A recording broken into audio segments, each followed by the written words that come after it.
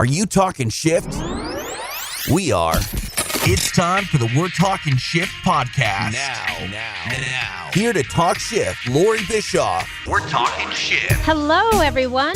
I'm Loree Bischoff. Welcome to the We're Talking Shift podcast. This is the space where we talk shift because I really believe that the antidote to feeling stuck is shifting. And that begins with shifting our thinking. And actually, sometimes if we're really stuck, we may have to follow that up by going rogue and making a really significant move in our lives. So today, I'm going to be talking about ways that we can shift to create some effective changes in our lives, especially being that it's New Year's. And I'll be exploring that with my very special guest, Buck Grant. Now, Buck is a lifelong martial artist. He's a personal development coach and also a nomadic entrepreneur. He's a published author. His book is called Over the Top Rope, Life Lessons from the Ring. It's an autobiographical account of his fight career and the life lessons that he has learned. Buck also founded the Muay Thai University, which is a leadership and coach development program through the art of Muay Thai kickboxing. Well, hello and Happy New Year, Buck. How the heck are you? I'm doing good. It's been a long time. We just haven't seen you in years. It's been since San Diego. Was that San Diego last time we saw each other? Yeah, I mean, really, it's the only time that we've ever seen each other face to face. Yeah, Buck and we were trying to figure this out. I think 5 or 6 years ago, we were at a boot camp, right, for life coaches in San Diego. Yeah, we're the strategic intervention boot camp, and that was a really cool event. I got a chance to meet some people that I probably wouldn't have met in any other walk of life, just because mostly I'm surrounded by martial artists. But yeah, that was a great opportunity. And then I feel like we've known each other for a longer time because with the wonderful magic of social media, we get to keep up with each other from a distance, right? Exactly. So, yeah. It's really cool. You probably don't know this because, like we just said, we haven't really had any long face-to-face dialogue or conversation since we had a brief meeting in San Diego way back. But I'm really a huge fan because I'm a big fan of anybody that excels in their chosen field or genre, and then they use that, I think, really hard-earned level of excellence to help others. I really am. So you, I think, are one of those people, which I think is awesome. So consider me a fan. I appreciate that. I really do.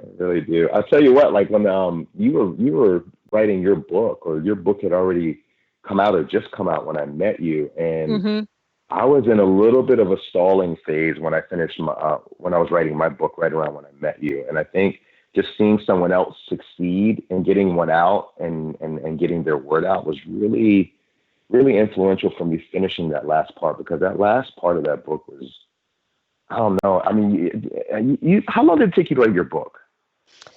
Oh, let's see. Thinking back, I probably, I would say about a year. Well, I take that back. It actually was longer because it came out in bits and pieces and chunks over the course, really, I think over a couple of years. Now that you're making me think about it, really a couple of years. Yes. Yeah, I tell you, like, there were points in that book where I felt like, like in the beginning, I thought I could write this thing in a couple of months. And I think a lot of people who write books think, I can knock this thing out. I got all these great ideas in my head. And it took me 2 years total. And that last year was slow. And there's points where I really wanted to walk away from it, to be very honest with you. It got really challenging. It got challenging finishing it. I kept on thinking, nobody's going to want to read it. This doesn't sound the way I want it to sound. And then, I just needed to see someone else actually getting to the end of it. I'm like, you know what? If my good friend here or this person who's successful can do it, then I can do it. So I got to thank you for like being an inspiration for that. Never got a chance to tell you. Cool. That makes me feel great. Thank you. I appreciate that. It's true though, isn't it amazing? It's why I love, what you and I both do. We're passionate about helping others. That's the main thing, obviously, that we have in common. And we do it in some ways that are similar, in some ways that are different. I'm not teaching anybody Muay Thai moves, but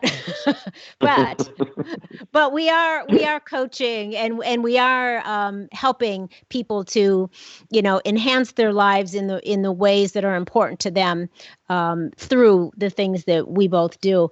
And I love that. And I like that I think what you just said is important to note, that I know it is for me. When I see somebody else that's doing something like you just mentioned, it really inspires me in it. I feel like when you see other people demonstrating, doing something that is of interest to you, it does make you feel like, oh, I've got some inspiration. I've got some permission in a way to keep going.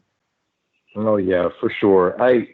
It's something that I've had to rediscover. I think like a lot of things that we learn are just rediscoveries of things that we already at some level knew. Just as you get more experience or older, you get a better understanding of it. But like the people you surround yourself with are just so important for like not only like your success, but your overall happiness. I mean, I've been around people who were really high-driven people, like people wanted to fight or people wanted to try to get businesses or want to improve themselves. And I noticed there was a distinct difference in my performance and my well-being when I was around them versus when I was around people who were less inclined to move forward, right? And like we all have our times where we're not as motivated as we'd like to, right? But I find that when I'm around people who are really, really pushing it, it makes me want to step up. And, people who love me even if I'm not pushing forward, right? Like people who are really supportive if I'm having down moments. I find that the tribe that we're with is probably one of the most valuable things that I'm paying attention to now. It's made a huge difference on like the quality of my life, for sure. Absolutely. I couldn't agree more with you. That tribe, whether it's a tribe of 2 or 3 or a tribe of a dozen, whatever it is, it really matters, because everybody's got their kind of attitude about life and their own energy. And it's very easy to be caught in the current of the energy of other people. And that's, energy is kind of contagious. It's a current. So when you're with more than one other person, especially, they have an influence on you if you're not really mindful of that. And if it's not an influence, an energetic influence that is positive and, helping to carry you toward things that are important to you, it can really be sabotaging, and sometimes you're just not even aware of it. Yeah, and I've gotten a little more harsh in my approach to it. Straight up, if you're not doing anything to help me move forward, I can't be around you for long periods of time. And that sounds really, really harsh, and maybe that's a little bit of the martial arts influence, but like I just don't have time to be around people who are holding me back. And, right. And I can love people from afar. I've got family members that, most of my family members are really supportive, but I've got friends that I love them from afar unconditionally, but like I can't be around people because time is too short. Like the life is too short. There's only right. so much time in the day to move forward. And like if I feel that you are holding me back in any way because you don't want to move forward, I just can't do it. I can't be around it. And I think a lot of people, if they were a little bit more honest with themselves and a lot more judicious with their time, they would find that if they started letting some people go, they started firing some of their friends, they would make a lot more space for people that would actually make them a lot more happy. And it sounds harsh, but I'm willing to say that. I spent 43 years on this life messing it up. in order to figure it out. So Yeah. But I think that's a really good thing to share with people because I feel the same way. I feel like I look at time as a currency, and I don't want to waste it. Just like wasting money, I don't want to be throwing money out the window of my car as I drive down the road either. It's a waste of an important and valuable resource. So important that, like you said, you want to be really judicious with how you spend it. mm-hmm. Very true. Very true. I think it's a really important thing for people to become very conscious of how, who they're spending their time with in their life, and is that helping to make you feel, whatever that definition of happiness is for you, whether it's, you're really ambitious and you're moving toward goals and you want that support from people, or, you're just you just want to be around people that are joyful and in positive, in some state or manner, they're positive, and it's just all energy that is making everyone feel good in the presence of each other, as opposed to, not so good. Yeah, and even recently, like I just got engaged, so that Congratulations! Just happened, like, thank you very much. I met a lady, Sandra, here in August, and she's been a lifesaver to me. And one thing that was really interesting with her, I had this talk with her a couple of days ago about my partners in the past, and I had a very low expectation of my partners, my romantic partners. And my low expectation was that, I am very self-driven, very, very self-motivated, and I don't need much from my partner. That was my old narrative. I don't need much from my partner. I just need my partner to not get in my way. And that was a story that I said for forever, and I thought that was good enough. And what I started to realize was I was living into this story of people coming into my life that didn't want to add value. And the idea that they didn't take away from me was kind of a misnomer, because by definition, if somebody comes into a relationship and they don't want to offer, they're going to want to take. And that's all they're going to want to do. And they're going to get conditioned to that. And part of that's my fault. I've conditioned people that all I do is give, and all I need you to do is not take away from me. And there's no such thing as that. You're either growing or you're dying in a relationship. I met her, and it was interesting because there were times where she would push me in a positive way towards, better finances, better health practices, getting up 4 o'clock in the morning to go work out with her. So which I hate doing another way. I hate getting up in the morning, but I'm learning to. And I had to fight the urge to be upset with her for pushing me, because I wasn't used to someone positively pushing me. I was used to a partner doing that. I was used to a partner not doing it. And when she was positively pushing me, there's a little part of my old self that kept on resisting it, because I'm like, I just don't need that. I don't relate to it. But I started to find that, like, if I just let that happen, I actually have a person that's really helping me move forward in a way that I've never had before. And it was almost uncomfortable for me. And I've had to kind of learn, in a very short period of time, how to allow someone to be what I need them to be in my life. It's just been really a fascinating growth experience for me. Yeah, that's really interesting, because I would think that, as a coach and as a trainer, training trainers, pushing people in various ways is something that you have been accustomed to doing yourself, right? Mm-hmm. Yes, and I have. I just wasn't used to having it in a personal relationship. Yeah. I'm used to having it for coaches and someone who was outside of my household, but I wasn't used to having someone near me that close to me that even cared to pull out the best in me.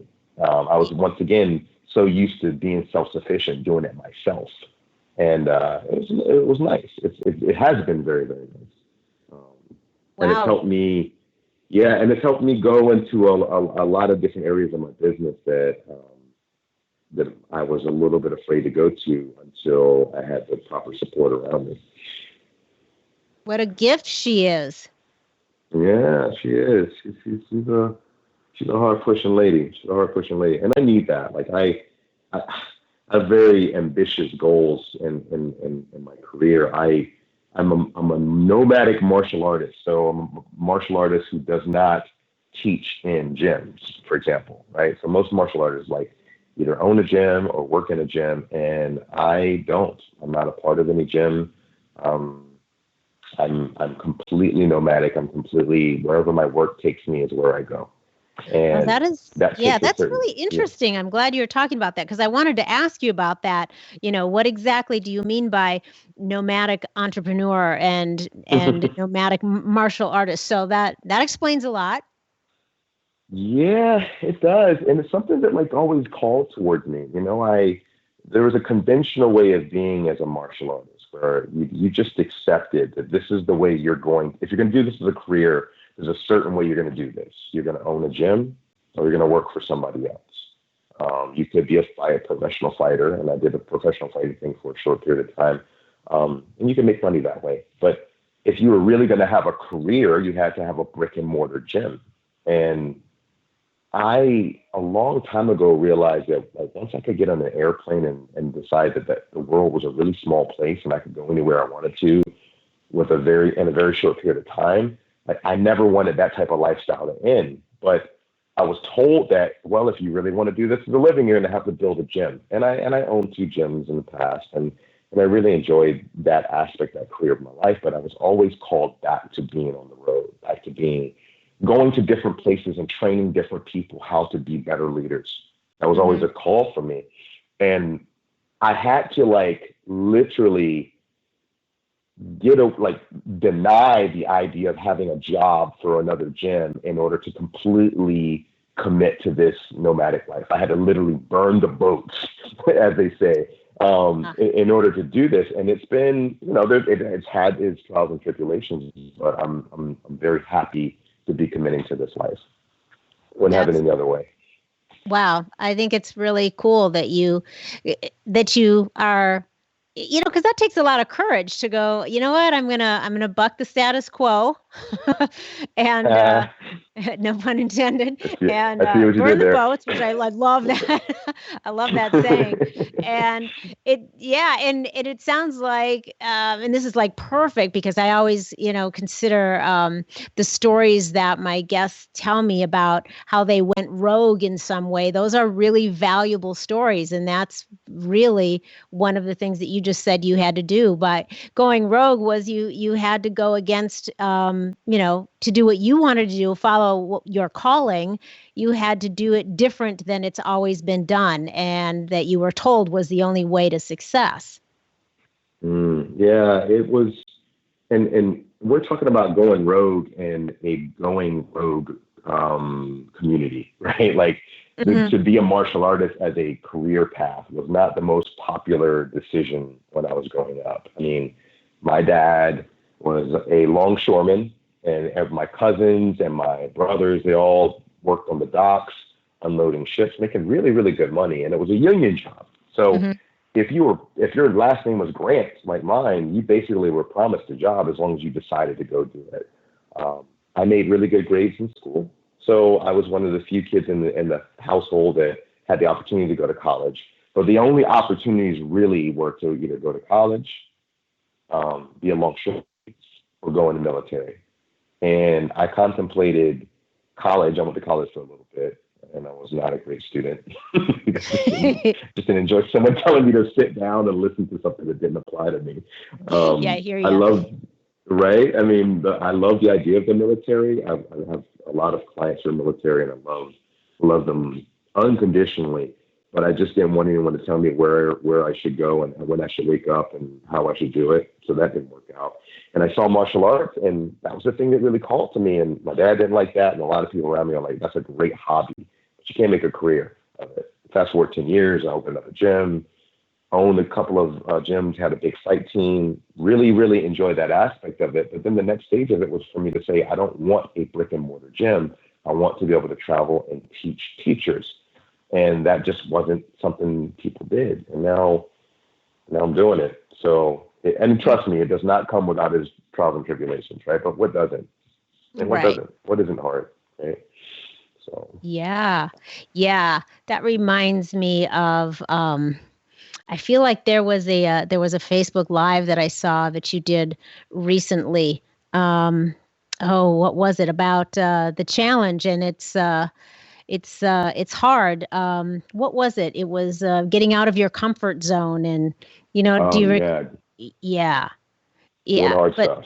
Right, doing the hard stuff. I mean, that's true. If you Yeah. want to, when you want to break out, sometimes you got to go rogue, and going rogue a lot of times means doing the hard stuff that other people aren't willing to do. But that's sometimes what it takes to really make that big shift in your life that is necessary for you to, become the next version of yourself. Mm.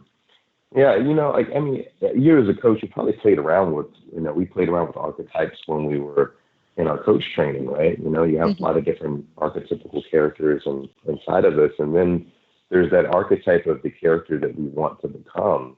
And I started playing around with the idea of that in my head, like, what would the new me do that the current or old me wouldn't do?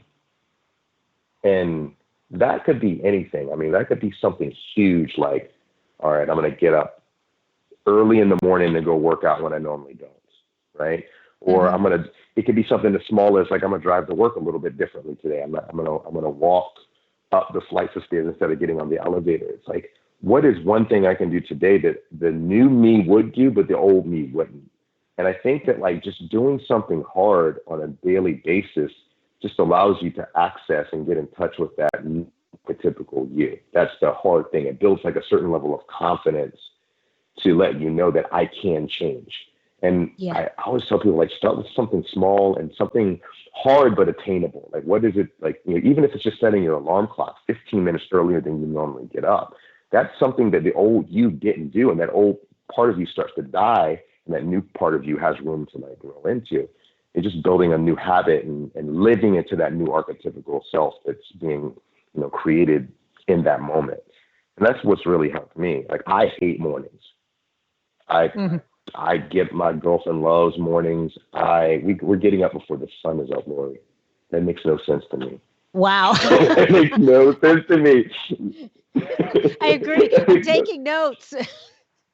Oh my God! Like I'm like it's 6:30. If the sun is 6 o'clock, 5:30 sometimes. Like the sun is not out, but she's a morning person and she needs to get up and do that before she goes to work. And when that alarm goes off, and I look outside and it's still dark, my body just doesn't want to get up. But I see her get up, and I go, the old me wouldn't get out of this bed right now. And so the new me puts my feet on the floor. Even if it's just putting my feet on the floor, sitting up.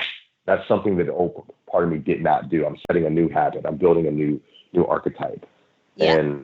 And yeah, maybe working out has the direct exercise of like lifting weights or doing cardio in the morning may not have a direct impact on like how do I build my business, but it builds a new habit, and the new habit is where the new me gets formed.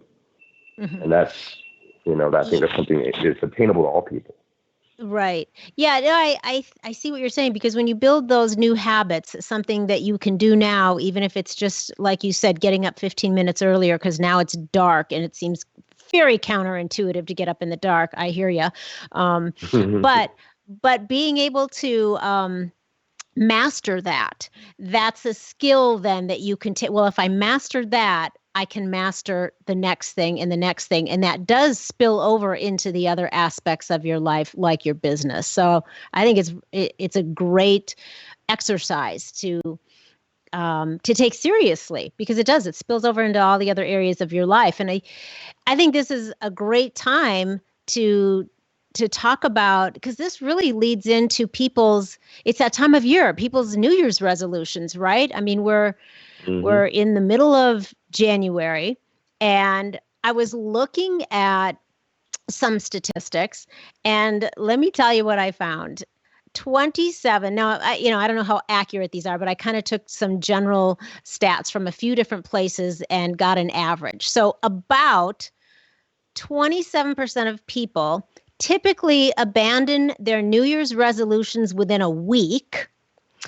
And Mm. then, yeah, by week 2, which is where we're at now, about 31%, a little over 31% of people have totally ditched their resolutions. And then by about the second week of February, we're up to about 80% of people that have abandoned all of their resolutions. So, I find that to be fascinating because it's this ritual that, as we near the end of the last couple days in December and we're heading into the new year, that's all you read about and all you hear about are New Year's resolutions. And then every year within, the first 5 or 6 weeks of the year, 80% of those people have either abandoned them or just failed miserably at what they wanted or resolved, I should say, to do. So I don't, what do you think, why are people failing when every year they really feel like they want to do something? And then what do you think? We can talk about a few points to help people be successful this year before they've completely abandoned their resolutions. Yeah, that's a good point. I mean, you think with like the idea of, I've been contemplating this since the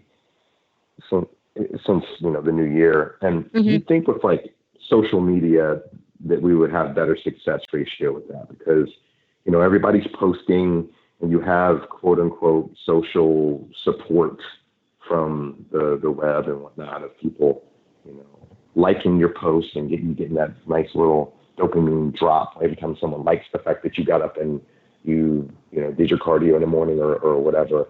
And the statistics don't really support it, right? Like the social media is not helping people do that. And I think the bottom line is just, number one, we have an arbitrary start point, right? For whatever reason, January 1 is a good start point for people. Like, well, why not December 5th? Why not middle of November? Why not February? Why is it that January is that date?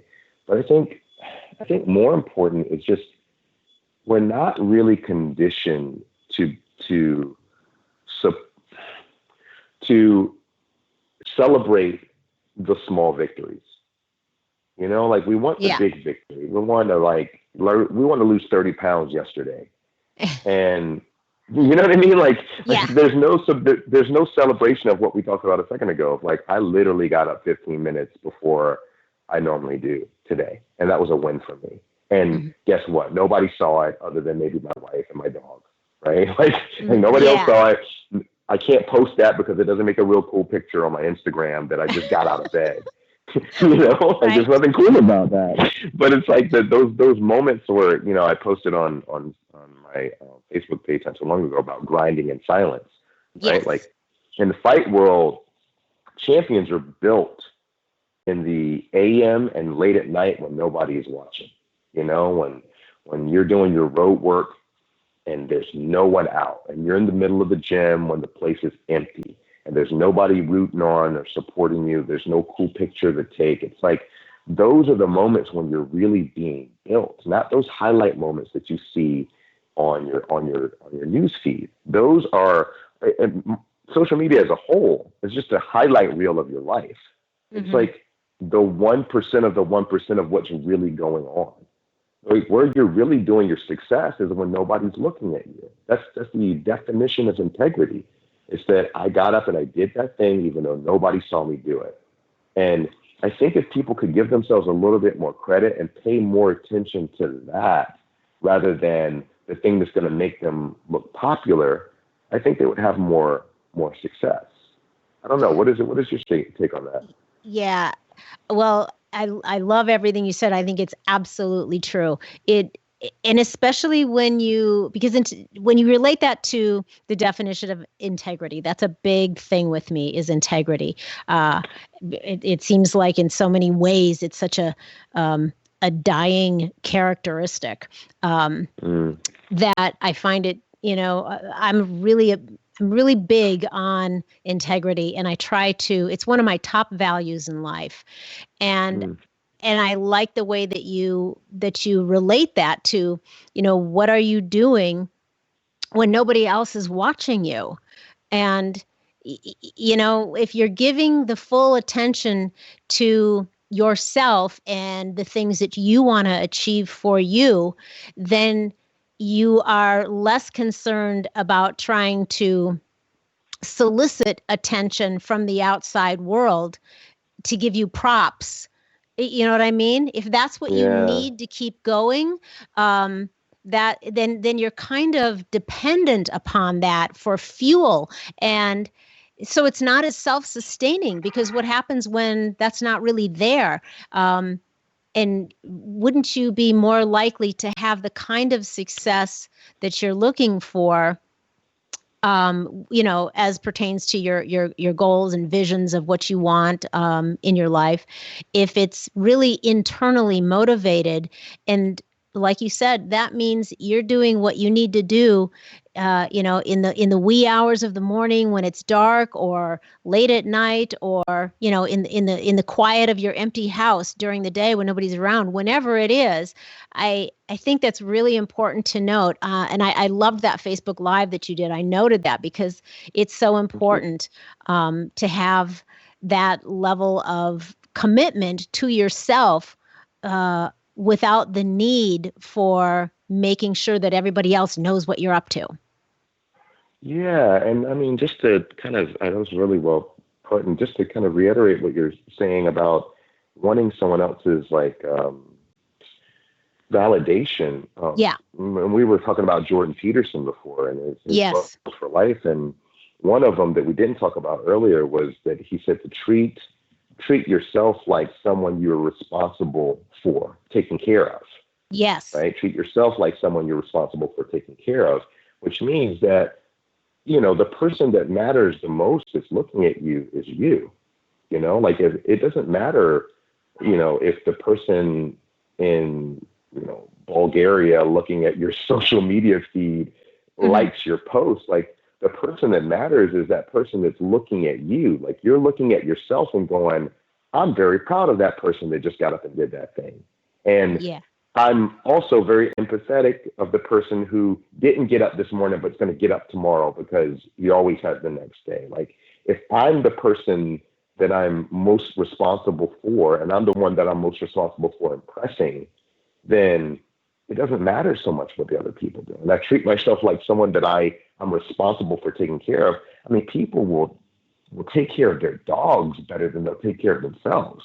Yeah. Which I get it, because I love my dog. My dog is, she's amazing. But yeah, right? Yeah, it's absolutely true. And I felt kind of really good when I read that in his book, too, because I actually made those similar references in my own book when I wrote Common Sense Happiness. And the nice. last principle talks about treating your life like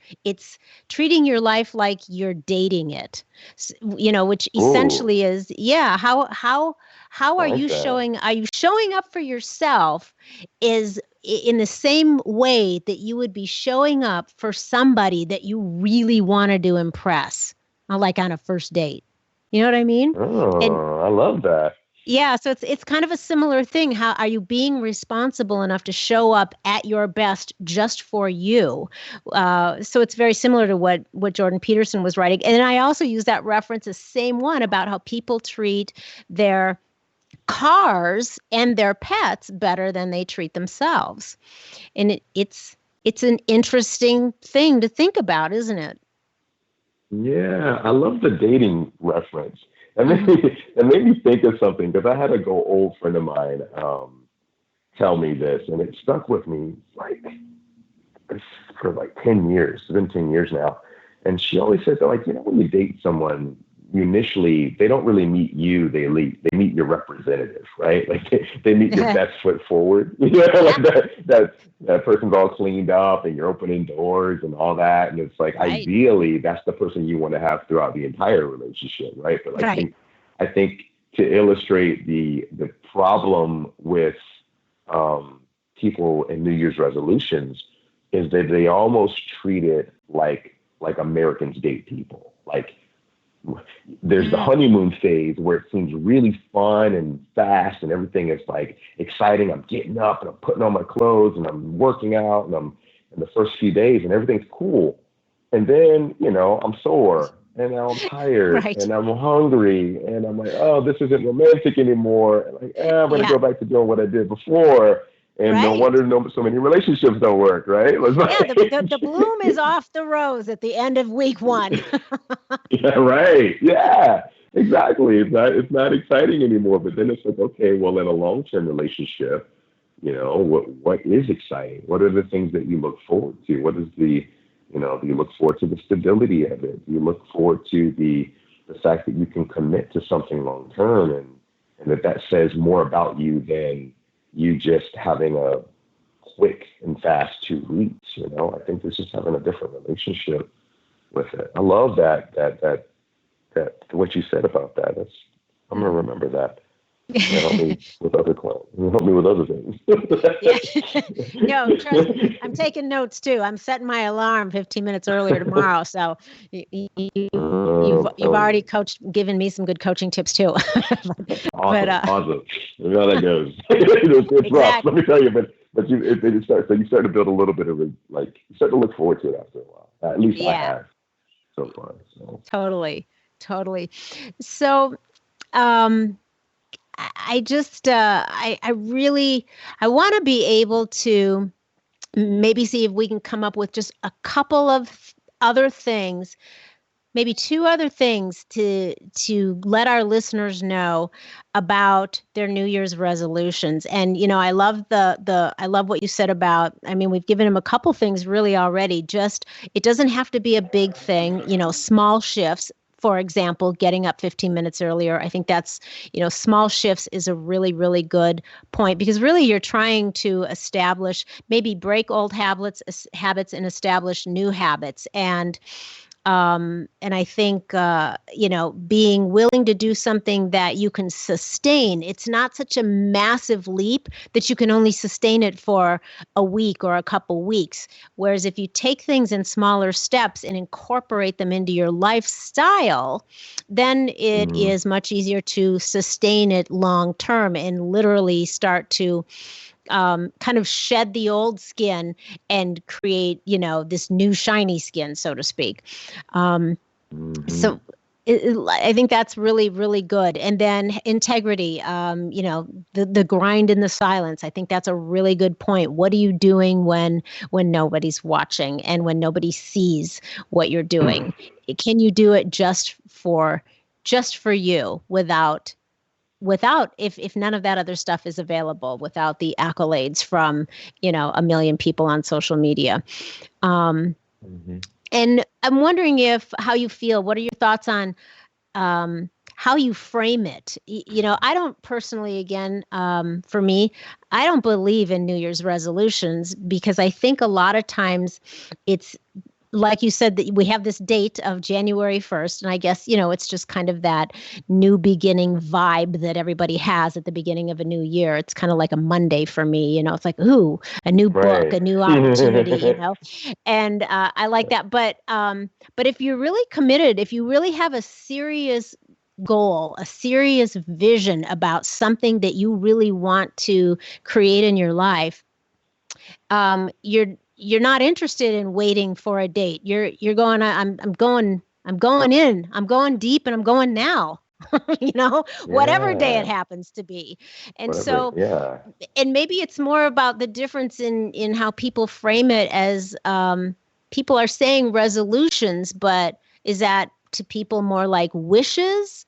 And they kind of start out, and it's a wish if you don't really have, a clear, if you're not super committed and so passionate about it, and you have a plan, and maybe a some measure of accountability in place to help you. What is the push pull sort of strategy that you're putting in place to make sure that you have success with that vision that you want? And I think and you tell me what you think about this. If you don't have some of those other pieces, then your your resolution kind of moves from that serious goal category into more of a wish. Yeah. Well, I mean, there's been a couple of things that really, really helped me, and it'll kind of re-loop back to what we said earlier about, um, your community, the people you're surrounded by, right? Like, I think before you can put a goal in place, or as you're putting a goal in place, you also have to like tend to your environment. Like who am I around? Who do I need to get rid of? And what environment do I need to be a part of to help me? I don't like relying on discipline only or motivation. True. Like motivation is I listen to motivational stuff all the time. I get up I'll put on YouTube and I'll look up motivational speeches and put up an hour while I'm doing cardio. And it really helps me in the moment. But motivational is like this moment thing. It's like right now, right? Mm-hmm. Motivation doesn't get me up 2 weeks from now.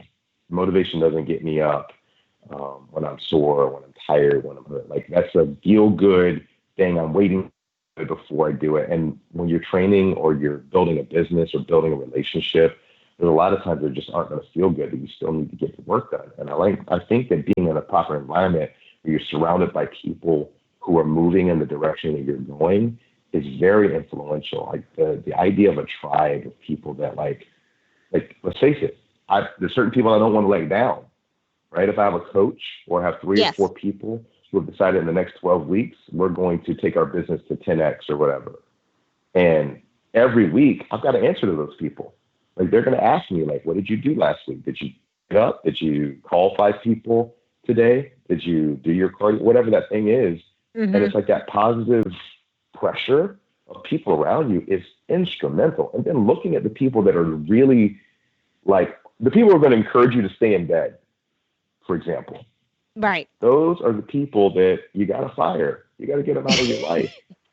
Right. I love them. Like I said, I love them from a distance, but you're not going to keep me from getting where I need to get. It's too easy to like, if we're sitting around and I know this is with my diet, like, and I never realized that diet would be such an important thing until I crossed over the 40-year boundary. And I realized that, I need to eat well in order to look decent now. Where I didn't have to think about that before, And when I had partners who would just eat Twinkies and Ho-Hos or whatever, I'd come home after working out, and if they're eating Twinkies and Ho-Hos, I could resist it for one day. But then after the second day, I'm like, sure, I'll have one with you. Why not? And right, one won't hurt me. Yeah.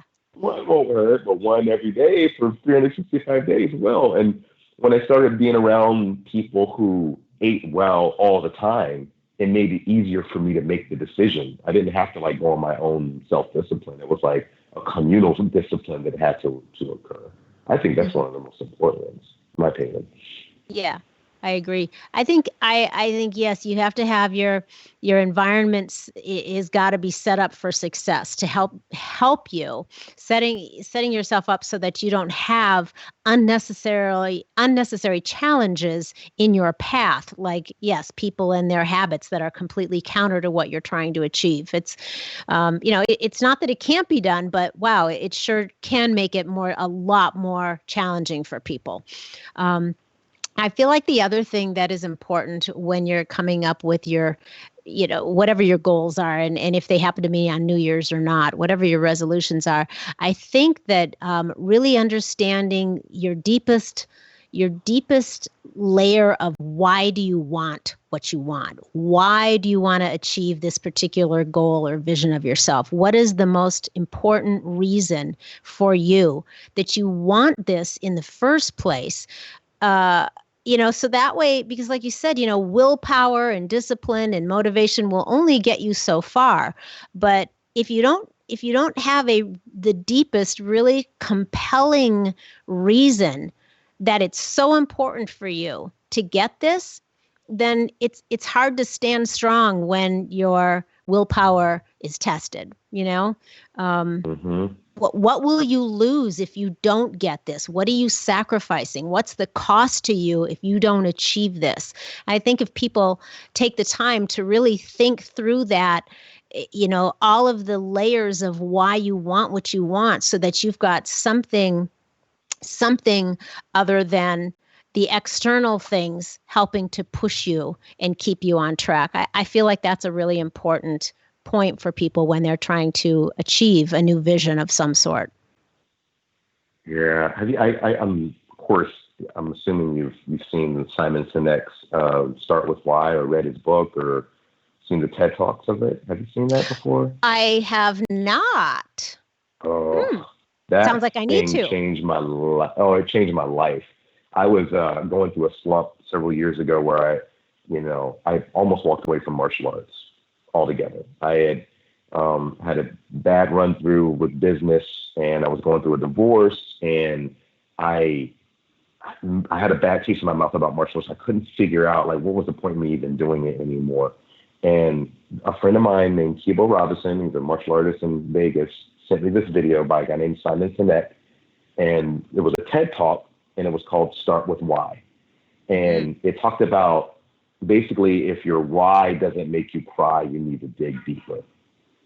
Oh, I love it. Yes. Oh, I watched it 3 times in a row and then took notes when I saw it. And it pointed out people in history, like Martin Luther King, whatever, right? Like Martin Luther King said, I had a dream.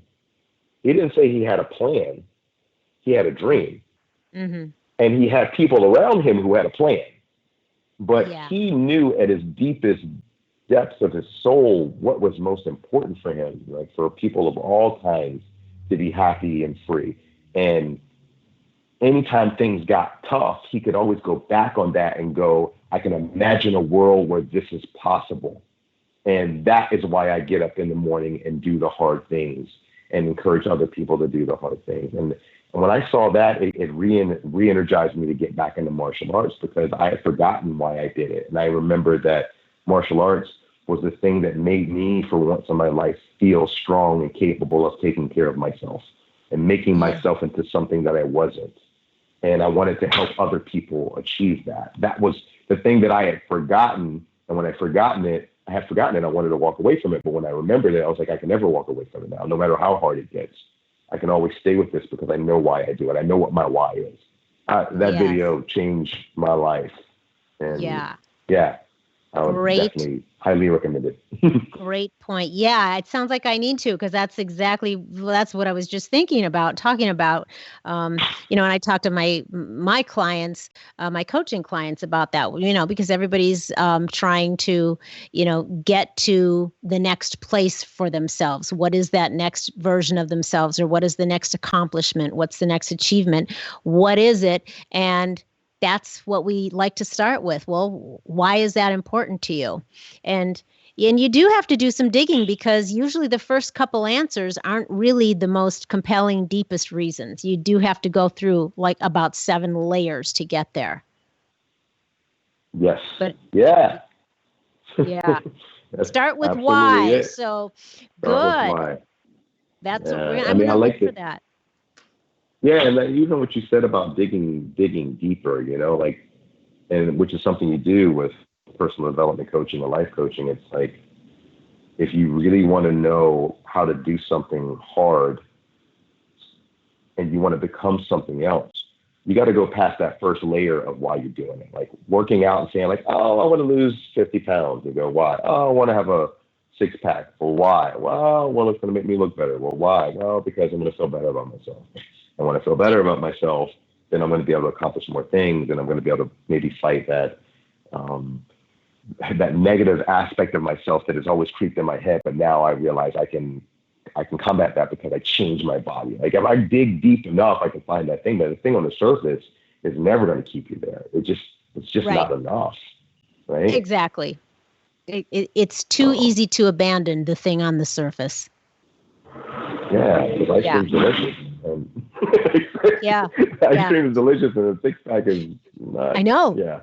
I know. There's a lot of delicious things out there. A lot of delicious things. All the delicious things that make my goals so much more difficult to obtain. Right? Yeah. Exactly. So, oh my gosh. So there's so many other things that I want to talk to you about that we're gonna have to do this again, because I do want to be mindful of your time.